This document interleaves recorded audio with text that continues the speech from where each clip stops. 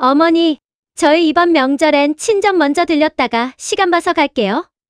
저희 엄마가 손목이 또 안 좋으시다 하셔서요. 그래도 괜찮으시죠? 어머니, 그냥 택시 타시고 혼자 병원 다녀오시면 안 돼요? 제가 일을 뺄 수가 없어서요. 어머니, 죄송한데 잠깐 500만 원만 빌려주시면 안 돼요? 이사 비용이 모자랄 것 같아서요. 며느리 미연이의 목소리가 아직도 귓가에 맴돈다. 나는 박순자 72. 남편이 떠난 지 벌써 4년째다. 남편이 떠난 지금도 여전히 시장 떡집에서 하루를 시작한다. 새벽 5시면 일어나 쌀을 불리고 6시면 시루에 김이 오르기 시작한다. 이 일이 고생이냐고. 글쎄, 나한테는 그냥 삶이다. 예전엔 남편이 살아있을 땐 아들 현우와 며느리 미연과 손자와 자주 왕래하며 지냈었다. 그러던 어느 날 남편이 갑작스럽게 떠나게 되었다. 며느리 미연이가 장례식 때 울기까지 하며 어머니 걱정 마세요. 제가 잘 챙길게요 했었다. 상주 옆에서 내 손을 꼭 잡고 눈물까지 흘리던 모습이 아직도 선하다. 그런데 그 약속은 남편이 떠난 뒤 얼마 못 갔다. 처음 몇 달은 일주일에 한두 번씩 들렀다. 어머니, 밥은 드셨어요? 하며 반찬통을 내밀곤 했다. 하지만 점점 뜸해졌다. 한 달에 한 번이 되고 명절에만 되고 이젠 설과 추석에도 전화 한 통으로 끝내던가 안 오는 날도 많았다. 어머니 건강하시죠? 명절 지나고 애들 바로 시험이라 학원 데려다 줘야 해서요. 명절 지나고 한번 갈게요. 그러고는 안 온다. 어제는 둘째 손주 생일이었다. 10살. 인절미를 한 접시 예쁘게 담아서 들고 갔다. 아이가 제일 좋아하는 떡이니까. 그런데 현관문을 열어준 미연이의 얼굴이 환영이 아니라 당황이었다. 어머니 오신다고 연락을 하셔야죠. 지금 애가 친구들이랑 피자 먹고 있어요. 떡은 나중에 먹을게요. 뒤에서 아이들 웃음소리가 들렸다. 내가 끼어들 자리는 없었다. 그래, 그럼 이거 냉동실에 넣어두렴. 나는 갈게. 어머니 잠깐만요. 차라도. 아니다, 나 괜찮아. 시장에 볼 일이 있어서. 거짓말이었다. 그냥 더 있기가 민망했을 뿐이다. 집으로 돌아오는 버스 안에서 창밖을 보며 생각했다. 서운하냐고. 그렇다. 아프냐고. 그것도 그렇다. 하지만 미연이를 원망할 자격이 내게 있을까? 나도 젊었을 때 시어머니께 그렇게 잘했던가? 바쁘다는 핑계로 아이들 키우느라 정신없다는 이유로 얼마나 자주 못 찾아뵀던가? 시어머니는 섭섭하셨을까? 돌아가신 뒤에야 미안해졌다. 며느리에게도 며느리의 삶이 있다. 회사 다니며 애 둘 키우는 게 얼마나 힘든지 나도 안다. 나를 챙길 여유가 없는 게 당연하다. 머리로는 이해한다. 그런데 가슴은 자꾸 시린다. 아침 7시 단골 손님들이 하나둘 찾아온다. 할머니, 백설기 하나요? 인절미는 오늘 안 하세요?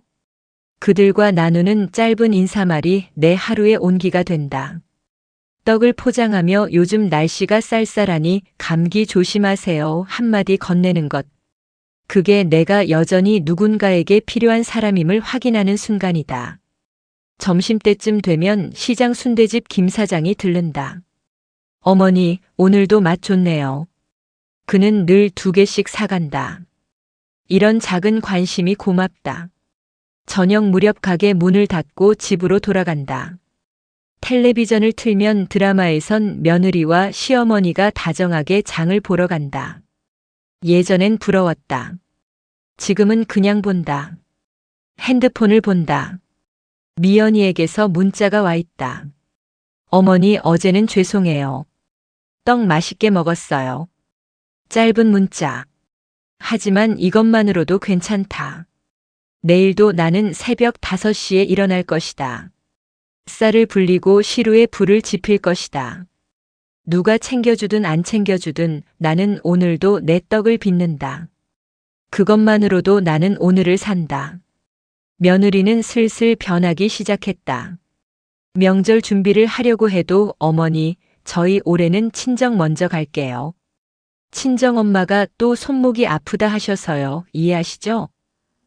이젠 자연스러운 말투가 됐다. 이해하냐고. 해야지. 친정어머니가 아프다는데. 그런데 왜 이렇게 가슴 한쪽이 답답할까? 그럼 점심때라도 잠깐 들르면 안 되겠니? 어머니, 솔직히 왔다 갔다 하는 게 애들도 힘들어해요. 차 막히면 몇 시간씩 걸리잖아요. 그래, 알았다. 전화를 끊고 나니 집이 너무 조용했다. 혼자 차례상을 차릴 생각을 하니 힘이 쭉 빠졌다. 남편이 있었을 때는 그래도 둘이었는데. 아들 현우는 무조건 그래, 당신 편한 대로 하자고 한다. 며느리 말이라면 무조건 옳다는 듯이. 내가 전화하면 엄마 미연이가 요즘 회사 일로 힘들어. 조금만 이해해줘 한다. 그래, 이해한다. 며느리가 힘든 것도 아들이 아내 편을 드는 것도 머리로는 다 이해한다. 그런데 가슴은 왜 자꾸 시릴까? 나는 뭔가 불안했다. 손주 2명도 못 본 지가 꽤 되었다. 큰 손주 지민이는 이제 중학생, 작은 손주 지우는 벌써 초등학교 3학년이 됐다고 한다. 예전엔 한 달에 한 번씩은 보였는데 이제는 석 달도 넘었다. 지난주에 용기를 내서 전화했다. 미연아, 주말에 내가 애들 보러 가도 될까? 인절미랑 송편 좀 만들어서. 아, 어머니.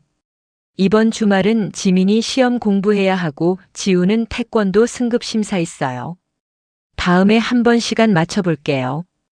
그래. 그럼 다음 주는? 어머니, 제가 다음 주에 연락드릴게요. 지금 애들 스케줄이 너무 빡빡해서. 그러고는 연락이 없다. 어제는 마트에서 손주들 좋아하는 과자를 샀다. 택배로 보낼까 하다가 직접 가져다 주고 싶어서 집까지 갔다. 초인종을 눌렀는데 아무도 안 나온다. 차는 주차장에 있는데 혹시 자고 있나 싶어 한참을 기다렸다. 그때 옆집 아줌마가 나오더니 말했다. 아, 애들 할머니세요? 아까 오전에 애들 데리고 나가시던데요. 놀이공원 간다고 하던데. 아, 그래요? 감사합니다. 집에 있으면서 내 전화는 안 받은 거다. 일부러 피한 건가? 손에 든 과자 봉지가 무겁게 느껴졌다. 시장에 돌아와 가게 문을 열었다. 손은 자동으로 움직인다. 쌀 불리고 시루 올리고 떡 찌고.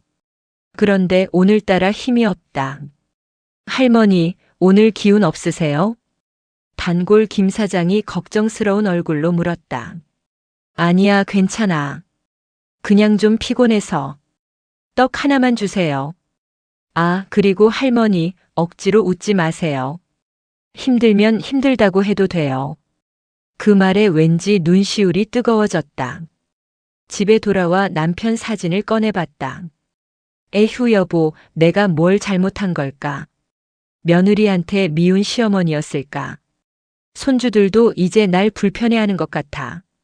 아들은 이제 내 아들이 아니라 미연이 남편이 된 것 같고, 사진 속 남편은 그저 웃고만 있다. 핸드폰을 본다. 카카오톡 배경사진에 며느리가 사진을 올렸다. 놀이공원에서 찍은 가족사진. 환하게 웃는 아들과 며느리, 손주들. 행복해 보인다. 나만 빼고. 연락을 할까 말까 한참을 고민하다가 그냥 핸드폰을 껐다.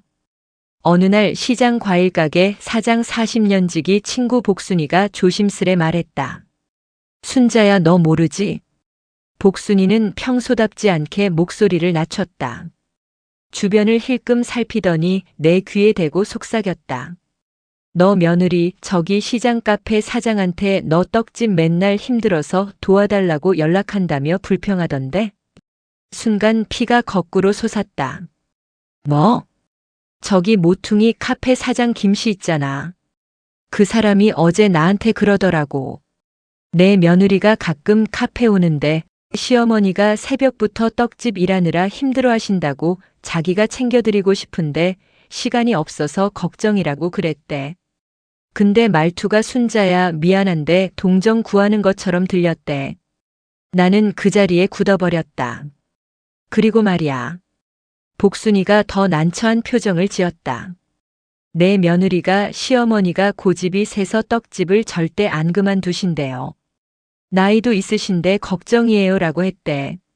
주변 사람들한테는 효부인 척하면서 말이야. 머리가 멍해졌다. 순자는 한 번도 며느리에게 자신의 일을 도와달라고 한 적이 없었다. 단 한 번도. 오히려 예전 남편이 살아있을 때 미연이가 가끔 어머니, 제가 도와드릴까요? 하면 괜찮아, 내가 할 수 있어.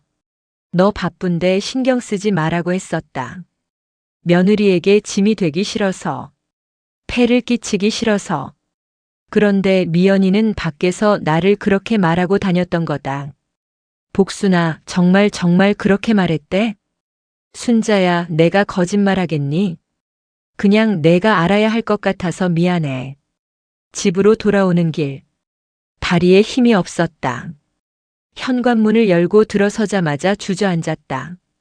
내가 며느리에게 무리한 부탁이라도 했나? 내가 짐이 되었나?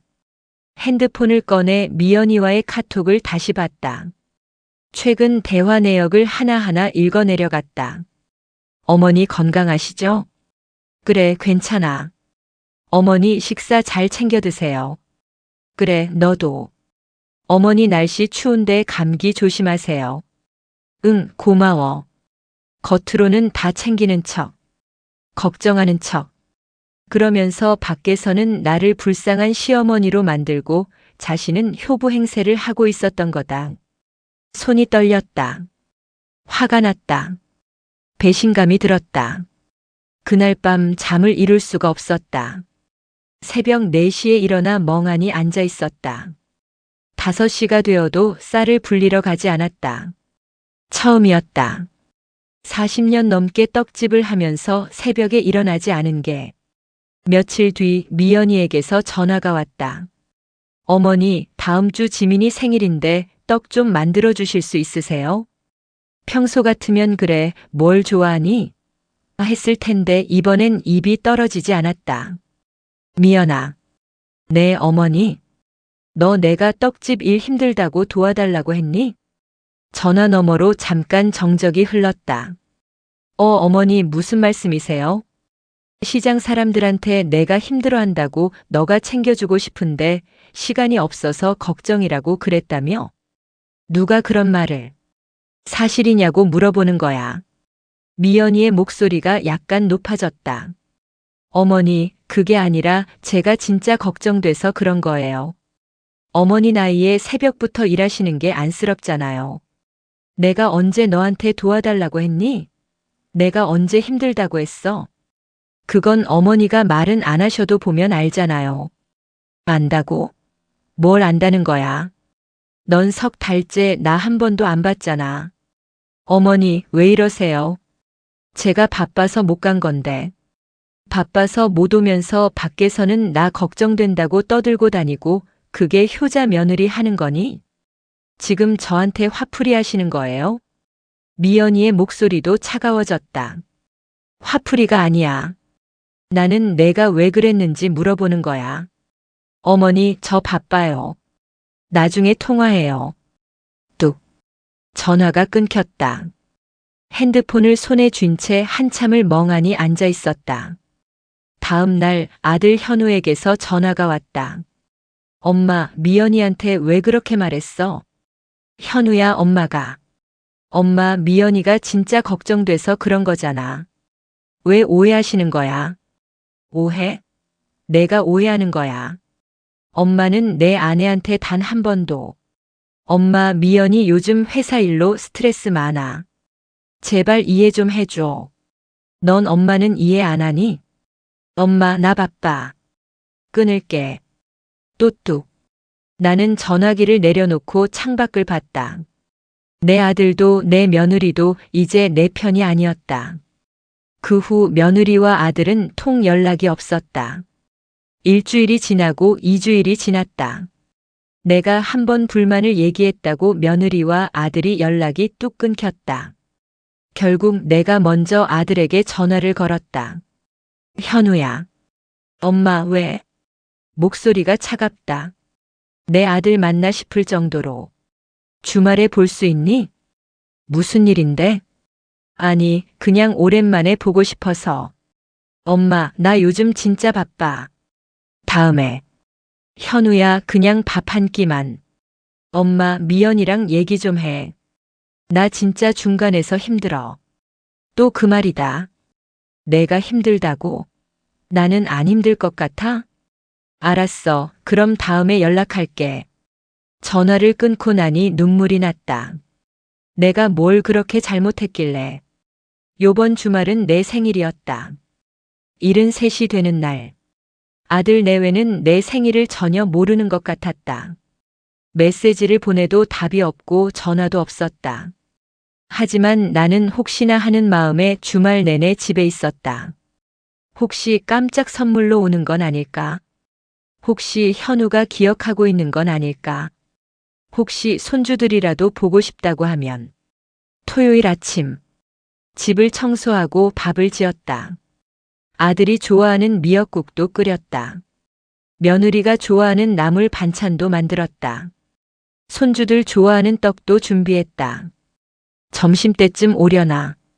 저녁때쯤 오려나. 시계를 자꾸 본다. 12시, 1시, 2시, 3시. 핸드폰을 들었다 놨다 반복한다. 혹시 내가 놓친 전화가 있나 확인한다. 없다. 오후 5시. 해가 지기 시작한다.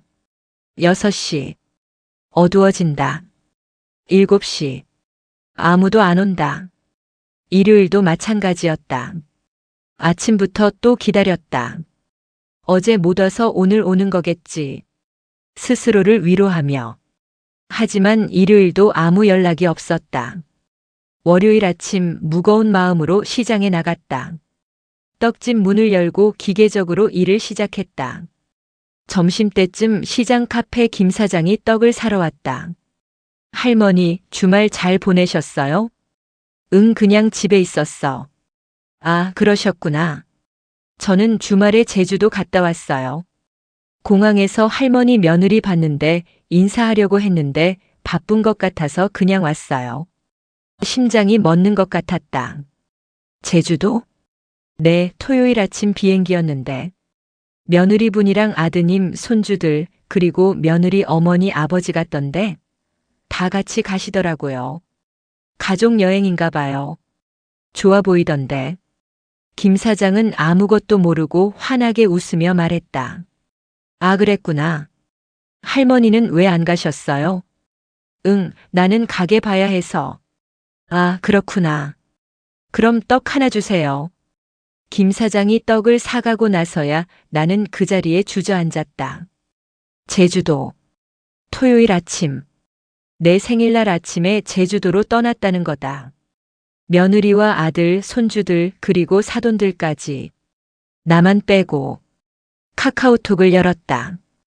아들의 프로필 사진이 바뀌어 있었다. 제주도 바다를 배경으로 찍은 가족 사진. 환하게 웃고 있는 6명.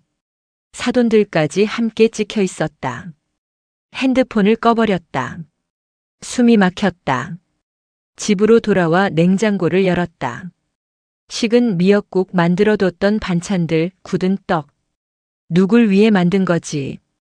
그날 밤 남편 사진 앞에 앉았다. 여보, 나 혼자서는 못 살겠어. 너무 힘들어. 사진 속 남편은 그저 웃고만 있다. 내가 뭘 잘못한 걸까? 내가 그렇게 나쁜 시어머니였나? 내가 그렇게 필요 없는 사람이었나? 다음 날 복순이가 떡집으로 찾아왔다. 순자야, 주말에 생일이었지? 왜 말 안 했어? 내가 미역국이라도 끓여줬을 텐데. 괜찮아, 복순아. 아들이랑 며느리 왔어? 대답을 못했다. 고개를 저었다. 그 자식이 순자야, 내가 너무 착해서 문제야. 너무 이해만 하려고 하지 마. 화낼 건 화내야 해. 화를 낸다고 달라질까? 그래도 내 마음은 좀 나아지잖아. 나는 웃었다. 쓴 웃음이었다. 나는 이제 이 집에서 내 자리가 없는 것 같아. 명절에도 안 오고 생일에도 안 오고 손주들도 안 보여주고. 나는 이제 그냥 혼자인 것 같아. 복순이가 내 손을 꼭 잡았다. 순자야, 넌 혼자가 아니야. 내가 있잖아. 하지만 알고 있었다. 친구의 위로도 단골 손님들의 따뜻한 말도 내 마음 깊은 곳에 외로움은 채워주지 못한다는 걸. 가족이 주는 상처는 가족만이 아물게 할 수 있는데 그 가족이 나를 외면하고 있었다. 밤이 되자 핸드폰을 켰다. 아들에게 문자를 보냈다. 제주도 잘 다녀왔니? 1시간 후 답장이 왔다. 응, 잘 다녀왔어. 그게 끝이었다. 미안하다는 말도 설명도 변명도 없었다. 연락은 없는데 돈이 필요하면 바로 나타나는 사람. 며느리 미연이가 그랬다. 생일도 잊어버리고 제주도 여행도 나만 빼고 가더니 1달 만에 전화가 왔다. 어머니. 목소리가 평소보다 밝았다.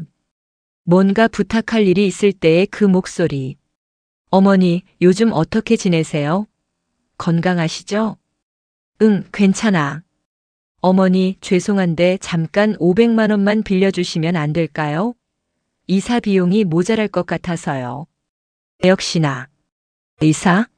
어디로? 아, 더 큰 집으로 옮기려고요. 애들도 크고 해서. 계약금은 냈는데 이사 비용이 조금 부족할 것 같아요.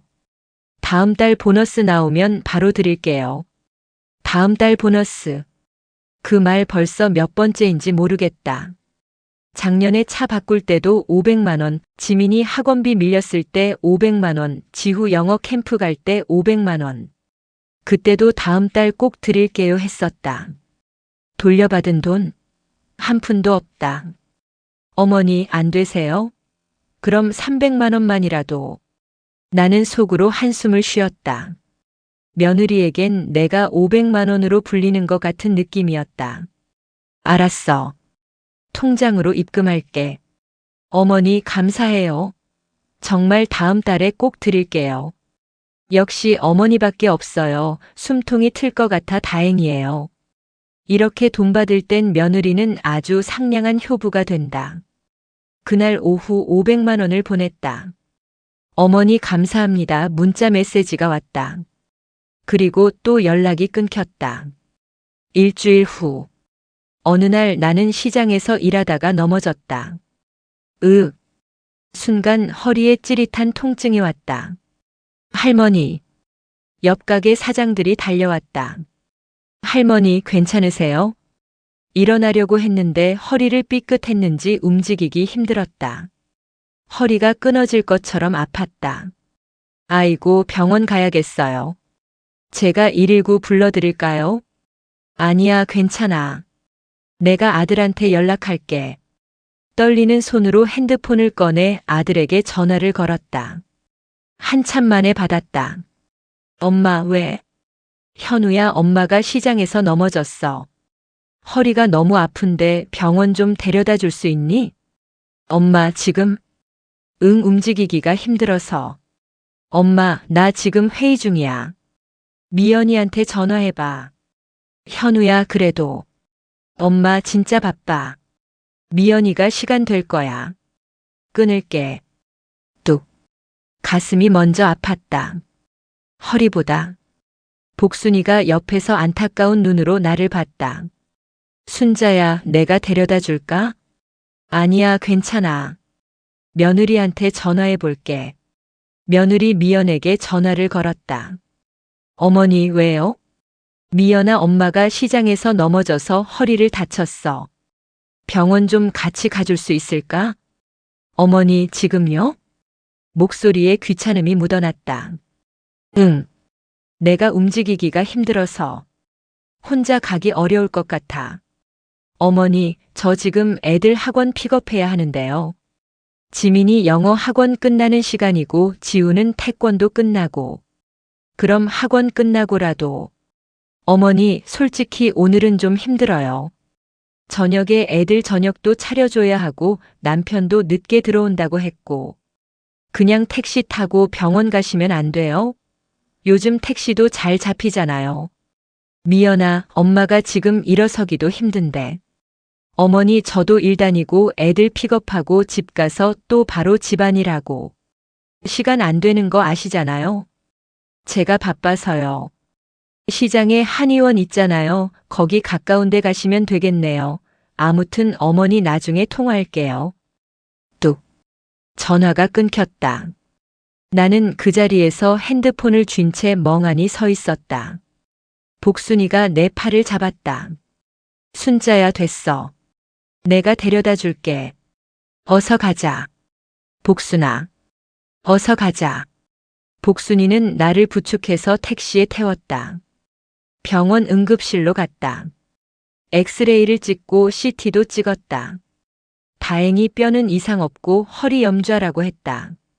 보호자분 계세요? 간호사가 물었다. 친구예요. 아, 가족분은요? 없어요. 간호사가 미안하다는 듯 고개를 끄덕였다. 물리치료를 받고 약을 처방받았다. 복순이가 계산까지 다 해줬다. 복순아, 미안해. 내가 나중에 꼭. 그런 소리 하지 마. 우리가 몇 년 친군데. 집에 돌아오니 오후 6시였다. 몸은 천근만근이었다. 소파에 누워 핸드폰을 봤다. 아들에게서도 며느리에게서도 아무 연락이 없었다. 혹시 걱정돼서 전화라도 하지 않을까? 하지만 없었다. 밤 9시쯤 아들에게서 문자가 왔다. 엄마, 병원 갔다 왔어? 그게 끝이었다. 나는 답장하지 않았다. 다음 날 아침 허리가 더 아팠다. 일어나기도 힘들었다. 떡집에 못 갈 것 같았다. 복순이에게 전화해서 오늘 가게 못 연다고 전했다. 순자야, 괜찮아. 푹 쉬어. 내가 단골 손님들한테 말해둘게. 소파에 누워 천장을 봤다. 500만 원 받을 때는 어머니 감사해요라고 했던 며느리. 돈 받을 땐 바로 계좌번호 보내더니 내가 다쳤을 땐 택시 타라고 하는 며느리. 회의 중이라며 전화 끄는 아들. 엄마가 넘어졌는데 저녁 때까지도 안부 전화 한 통 없는 아들. 이게 가족인가? 오후쯤 복순이가 미역국을 끓여서 가져왔다. 순자야, 이거라도 먹어. 밥은 먹어야지. 고마워, 복순아. 아들한테 연락했어? 고개를 저었다. 연락 안 해도 알아서 올 줄 알았는데 안 오더라. 그 자식이 순자야, 화내. 너무 참지 마. 화를 낸다고 뭐가 달라질까? 그래도 내 마음이 편하잖아. 편할까? 잘 모르겠다. 밤이 되었다. 여전히 아들에게서 전화는 없었다. 나는 핸드폰을 들고 한참을 고민하다가 아들에게 전화를 걸었다. 엄마, 왜? 현우야, 엄마 많이 아픈데 내일 시간 되니? 엄마, 내일 평일인데 우리가 시간이 어딨어? 그리고 허리 다쳤다면서 뭘 또 보자고 그래. 집에서 쉬지. 다음 주 주말에 시간 내서 들리던가 할게. 현우야, 그래도.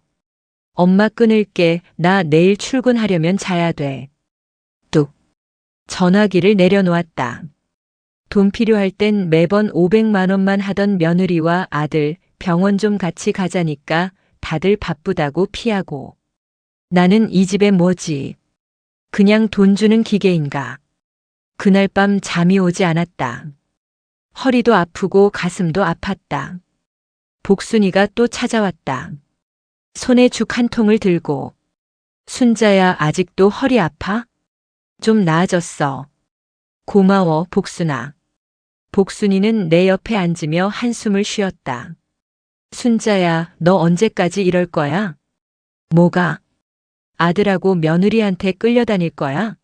매번 와서 돈만 받아가고 너 다쳤는데도 안 오고. 이게 정상이야? 나는 대답하지 못했다. 순자야, 솔직히 말해줄게. 너 지금 이용당하고 있어. 돈 필요할 때만 찾고 정작 내가 힘들 때는 택시 타래. 이게 가족이야? 그래도 내 아들인데. 아들이면 뭐해? 엄마를 엄마로 안 보는데. 복순이의 말이 가슴에 박혔다. 순자야, 너 남편 없는 외로움에 기대고 싶은 거지. 그래서 참는 거잖아. 그런데 말이야, 그 사람들은 내 외로움 이용하는 거야. 알아? 눈물이 났다. 나도 알면서도 어쩔 수가 없어. 내 아들이고 내 손주들인데. 순자야, 이제는 너를 위해 살아야 해. 너가 너 인생 주인공이야. 아들도 아니고 며느리도 아니고. 그날 밤 복순이의 말이 계속 맴돌았다. 나는 나를 위해 살아야 한다. 그렇다. 이제야 알았다. 남편이 떠나고 4년 동안 나는 아들과 며느리에게 인정받고 싶었다. 필요한 사람이 되고 싶었다. 외롭지 않고 싶었다. 하지만 그들은 나를 가족으로 본 게 아니라 이용할 대상으로 봤다. 다음 날 나는 서랍에서 통장을 꺼냈다. 남편이 남긴 떡집과 연금과 예금 통장. 그리고 내가 40년을 매일같이 일해서 모은 돈. 이 돈을 아들에게 물려줄 생각이었다. 내가 죽으면 아들과 손주들이 편하게 살라고. 하지만 이제는 생각이 달라졌다. 40년 일한 떡집 지분, 이제는 내가 지켜야 할 시간이다. 나는 통장을 새로 만들었다. 아들도 며느리도 모르는 통장. 그리고 돈을 옮겼다. 남편과 함께 40년 동안 일군 이 떡집. 이제는 내가 지킨다. 내 노후를 위해. 며칠 후 예상대로 미연이에게서 전화가 왔다. 어머니, 요즘 어떻게 지내세요? 허리는 좀 괜찮으세요? 목소리가 또 밝다. 뭔가 부탁할 일이 있을 때의 그 톤. 응, 괜찮아. 어머니 죄송한데요. 지후가 이번에 영어 캠프 가는데 비용이 좀 필요해서요. 300만 원만 빌려주시면 안 될까요? 이번엔 진짜 한 달 안에 드릴게요. 또 돈이다. 미연아, 지난번에 빌려준 500만 원은 언제 갚을 거니? 아, 그거요? 어머니, 이사하느라 돈이 많이 들어가서요. 조금만 더 기다려주세요. 얼마나 더? 2달. 아니, 3달 정도면 될 것 같아요. 거짓말이다. 갚을 생각이 없다는 걸 안다. 미연아, 미안한데 이번엔 못 빌려줄 것 같아. 전화 너머로 잠깐 정적이 흘렀다. 네. 어머니, 왜요? 손주 교육비인데. 나도 돈이 필요해서. 어머니가 무슨 돈이 필요하세요? 매달 떡집에서 수입 나오잖아요. 내 노후 준비해야지. 어머니, 노후 준비는 무슨 저희가 모실 건데요. 모신다고? 병원도 안 데려다 주면서. 미연아, 너희는 바쁘잖아. 나는 내가 알아서 할게. 어머니, 그래도 손주 교육비인데 이러시면 안 되죠. 지후가 얼마나 영어 캠프 가고 싶어 하는데. 그럼 너희가 알아서 해. 어머니. 목소리가 높아졌다. 어머니, 지금 저한테 화풀이 하시는 거예요? 병원 못 간 것 때문에? 화풀이가 아니야. 너희는 너희대로 알아서 하면 되지. 나는 나대로 알아서 사는 거고. 어머니, 너무하시는 거 아니에요? 평소에 손주들 얼굴도 보고 싶다 하시더니 그 순간 뭔가 끊어지는 소리가 들렸다. 미연아, 내가 손주 보고 싶다고 해서 너희가 한 번이라도 데려왔니? 내가 다쳤을 때 한 번이라도 왔니? 500만 원 받을 때는 어머니 감사해요 하더니 지금은 뭐니? 얘 누가 보면 내가 네 시어머니가 아니고 내 이름이 500만 원인 줄 알겠다. 어머니, 그건 이제 너희에게 줄 돈 없어. 어머니, 정말 이러실 거예요? 그럼 저희는 어머니를. 뭐? 날 어떻게 한다고? 아무것도 아니에요. 지민 아빠랑 상의할게요. 뚝. 전화가 끊겼다. 1시간 후 아들에게서 전화가 왔다. 엄마, 미연이한테 왜 그랬어? 현우야, 엄마가 뭘 잘못했니? 엄마, 손주 교육비도 안 대주면서 무슨 노후 준비야? 우리가 모실 건데. 현우야, 너 엄마 다쳤을 때 왔니? 엄마, 그때 나 바빴잖아. 내가 일하고 있는데 엄마한테 갑자기 어떻게 가? 500만 원 받을 땐 안 바빴지? 엄마, 그건. 현우야, 엄마 말 잘 들어. 이제 너희한테 돈 안 줄 거야. 지난번에 빌려준 500만 원도 다음 달까지 갚아. 안 갚으면 독촉할 거야. 엄마, 갑자기 왜 이래? 갑자기가 아니야. 엄마가 이제야 정신 차린 거지. 엄마 진짜 이러실 거야? 그럼 우리 앞으로 어떻게 지내라고? 너희끼리 알아서 해. 엄마는 엄마 인생 살 거야. 전화를 끊었다. 손이 떨렸다. 가슴이 두근거렸다. 하지만 후회는 없었다. 복순이에게 전화했다. 복순아, 나 했어. 뭐? 뭘? 아들이랑 며느리한테 단호하게 말했어. 이제 돈 안 준다고. 진짜? 순자야, 잘했어. 정말 잘했어. 근데 복순아, 나 떨려. 당연하지. 평생 처음 하는 거잖아. 그래도 잘한 거야. 전화를 끊고 거울을 봤다. 73세 내 얼굴. 주름은 많지만 눈빛은 예전보다 단단해 보였다. 그날 밤 남편 사진 앞에 앉았다. 여보, 내가 이제야 정신 차렸어. 아들한테 계속 끌려다니지 않을 거야. 우리가 평생 모은 돈, 나 잘 지킬게. 미안해, 늦었지? 사진 속 남편이 웃는 것 같았다. 다음 날 아침 떡집 문을 열었다. 허리는 아직 좀 아팠지만 일할만 했다.